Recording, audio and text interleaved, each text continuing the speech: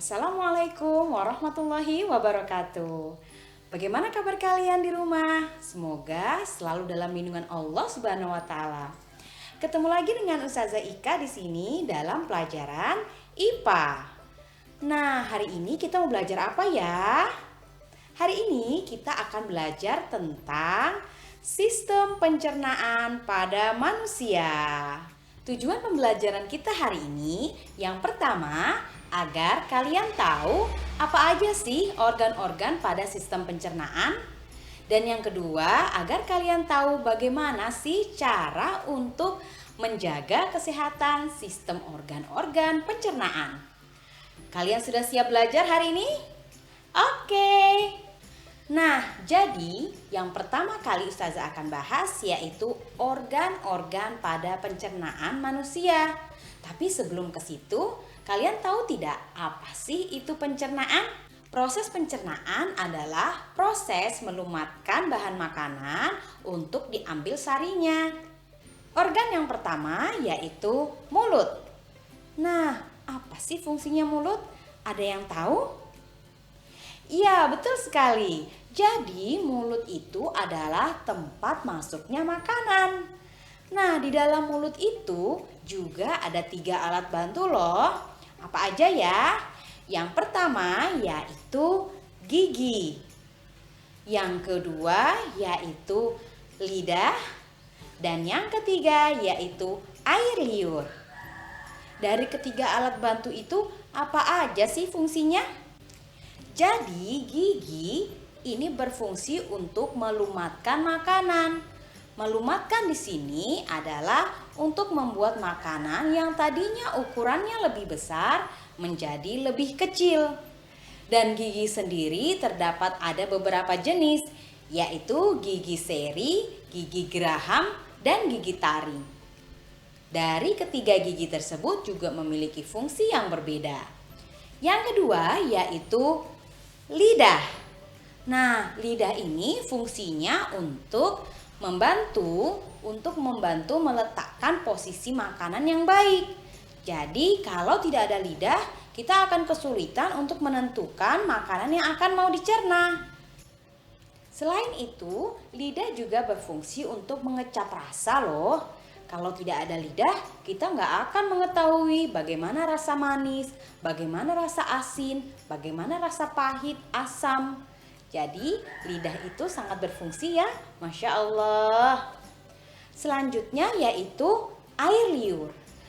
Air liur atau kelenjar ludah ini menghasilkan beberapa enzim. Nah, enzim-enzim ini yang akan membantu mengubah sari-sari makanan menjadi karbohidrat. Di dalam mulut terjadi 2 sistem pencernaan. Maksudnya bagaimana ya 2 sistem pencernaan? Maksudnya adalah ada 2 macam sistem pencernaan, yaitu pencernaan secara mekanik dan pencernaan secara kimiawi. Proses pencernaan secara mekanis adalah proses pencernaan yang mengubah makanan dari yang ukurannya besar menjadi lebih kecil. Nah, contohnya di mulut itu dilakukan oleh gigi. Jadi di mulut tadi Ustazah bilang ada 2 proses pencernaan ya. Ada proses pencernaan mekanik dan kimiawi. Nah, kalau mekaniknya dalam mulut yaitu proses pencernaan yang mengubah makanan dari yang ukurannya besar menjadi lebih kecil. Contohnya ada kue nih. Nah, kue ini kita makan tidak mungkin kita telan dalam keadaan yang sangat besar, ya. Pasti harus dikecilkan terlebih dahulu. Nah, itulah fungsinya gigi. Dan itu disebut proses pencernaan secara mekanis. Nah, kalau pencernaan secara mekanis tadi sudah Ustazah jelaskan. Yang kedua yaitu pencernaan secara kimiawi. Apa sih pencernaan secara kimiawi? Jadi, pencernaan secara kimiawi yaitu proses pelumatan makanan yang dibantu oleh enzim. Enzim itu ada di mana saja ya? Jadi, enzim itu ada di air liur atau di dalam mulut, ada di usus, dan juga ada di lambung. Nah, proses pencernaan yang dibantu oleh enzim itu yang dimaksud dengan proses pencernaan secara kimiawi. Nah, itu dia tadi penjelasan sedikit tentang mulut dan sistem pencernaan yang ada di dalamnya. Kita lanjut ke organ yang kedua ya. Organ yang kedua yaitu tenggorokan atau kerongkongan. Jadi, di dalam kerongkongan ini adalah tempat menyalurkannya makanan yang sudah halus di dalam mulut untuk masuk menuju lambung.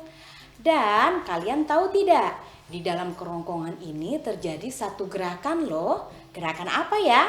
Namanya yaitu gerakan peristaltik. Apa itu Ustazah gerakan peristaltik? Jadi gerakan peristaltik adalah gerakan meremas-remas makanan dan mendorongnya menuju lambung. Itu dia namanya gerakan peristaltik. Nah, kalau organ yang ketiga yaitu lambung. Di lambung itu juga ada dua pencernaan loh seperti di mulut, yaitu ada pencernaan mekanisnya juga ada kimiawinya juga. Mekanisnya yaitu di dalam lambung makanan dicampur dan dilumatkan dibantu oleh getah lambung. Kalau secara kimiawisnya di lambung dibantu oleh 3 enzim. Yang pertama yaitu asam klorida. Yang kedua dibantu oleh enzim pepsin. Dan yang ketiga dibantu oleh enzim renin. Makanan yang sudah hancur di dalam lambung akan diteruskan menuju usus halus. Itu adalah organ pencernaan yang keempat. Di dalam usus halus, makanan diolah dengan bantuan getah empedu dan getah pankreas. Di dalam getah pankreas juga terdiri dari 3 enzim loh. 3 enzim yaitu enzim lipase, enzim amilase, dan enzim tripsin. Kalau getah empedu itu berfungsi untuk mengubah getah lemak menjadi cairan lemak. Organ selanjutnya yaitu usus besar. Jadi dari usus halus, makanan menuju ke usus besar. Di usus besar terjadi proses pembusukan sari-sari makanan. Nah, proses pembusukan itu dibantu oleh bakteri. Bakterinya biasa kita sebut dengan Bacteria Escherichia coli atau kita singkat bakteri E. coli. Bakteri tersebut berfungsi untuk membusukkan sisa makanan sehingga sisa-sisa makanan yang ada pada tubuh kita dikeluarkan menjadi kotoran. Selanjutnya, sisa-sisa makanan tadi menuju anus. Anus adalah organ pencernaan yang terakhir. Jadi, anus adalah tempat pembuangan kotoran atau sisa-sisa makanan. Nah, itu dia tadi beberapa organ pencernaan pada manusia. Bagaimana? Kalian sudah paham? Bagus. Nah, setelah ini kita akan belajar tentang apa saja gangguan pada sistem pencernaan manusia. Gangguan pada sistem pencernaan juga terjadi karena beberapa faktor loh. Biasanya karena pola makan yang tidak baik. Yang kedua, makanan yang kurang sehat. Terus ada lagi nih, beberapa faktor keturunan juga mempengaruhi. Faktor pikiran juga mempengaruhi loh teman-teman.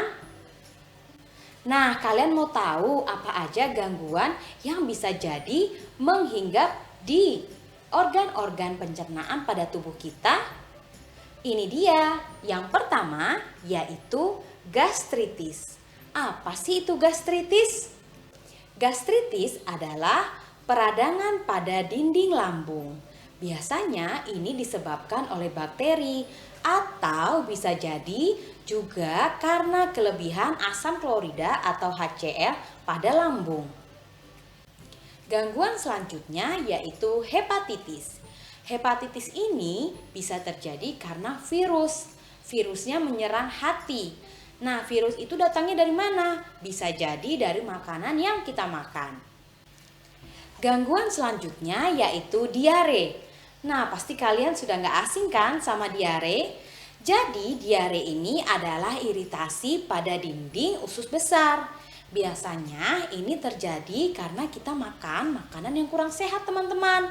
makanannya sudah dihinggapi lalat sehingga banyak bakteri di situ. Selain itu juga bisa jadi karena makanan kita terlalu pedas. Jadi teman-teman, kalau mau cari makanan harus terjamin kesehatannya ya. Tanda-tanda diare itu biasanya feses atau kotorannya itu cair dan itu terjadi berulang-ulang. Tetapi kalau fesesnya bercampur dengan nanah atau darah dan disertai dengan mual yang berlebih, itu bisa jadi menunjukkan penyakit disentri. Nah, teman-teman harus mengunjungi dokter terdekat ya. Gangguan selanjutnya yang biasa kita alami yaitu sembelit. Nah, sembelit ini atau biasa kita sebut dengan susah buang air besar. Kenapa ya bisa terjadi? Karena di dalam usus besar kita terlalu banyak menyerap air, teman-teman. Dan juga kita biasanya kekurangan makan serat dan minum air putih sehingga fesesnya terlalu keras sehingga sulit untuk dikeluarkan. Jadi untuk menghindari penyakit tersebut kita harus makan serat yang cukup dan minum air yang banyak. Oke? Lalu apalagi ya kira-kira gangguannya? Nah, kalian pernah dengar ambeien tidak? Iya, pernah ya. Ambeien itu biasanya kesulitan duduk atau setelah duduk mau berdiri terasa sakit di bagian anus. Itu adalah penyakit ambeien, teman-teman. Jadi penyakit ambeien itu terjadi pembengkakan pada selaput darah vena yang berada di anus. Itu terjadi karena kita keseringan duduk dan saat duduk itu kita kurang mengkonsumsi air putih. Nah, agar terhindar dari penyakit ambeien, sebaiknya kita harus jaga pola makan kita juga ya teman-teman. Selain itu juga kegiatan kita untuk tetap beraktivitas, jangan hanya duduk terus. Karena kalau kebanyakan duduk, biasanya akan mudah untuk terkena penyakit ambeien teman-teman. Nah, ini dia gangguan yang sering sekali kita alami. Atau mungkin orang-orang di sekitar kita juga sering mengalami, yaitu MAH. Apa sih itu MAH dan kenapa ya bisa terjadi?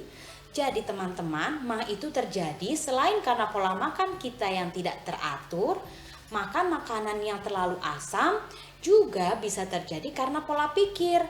Kita terbiasa berpikir yang terlalu tegang, stres, sehingga itu memacu asam dalam lambung kita meningkat, sehingga terjadilah penyakit MAH.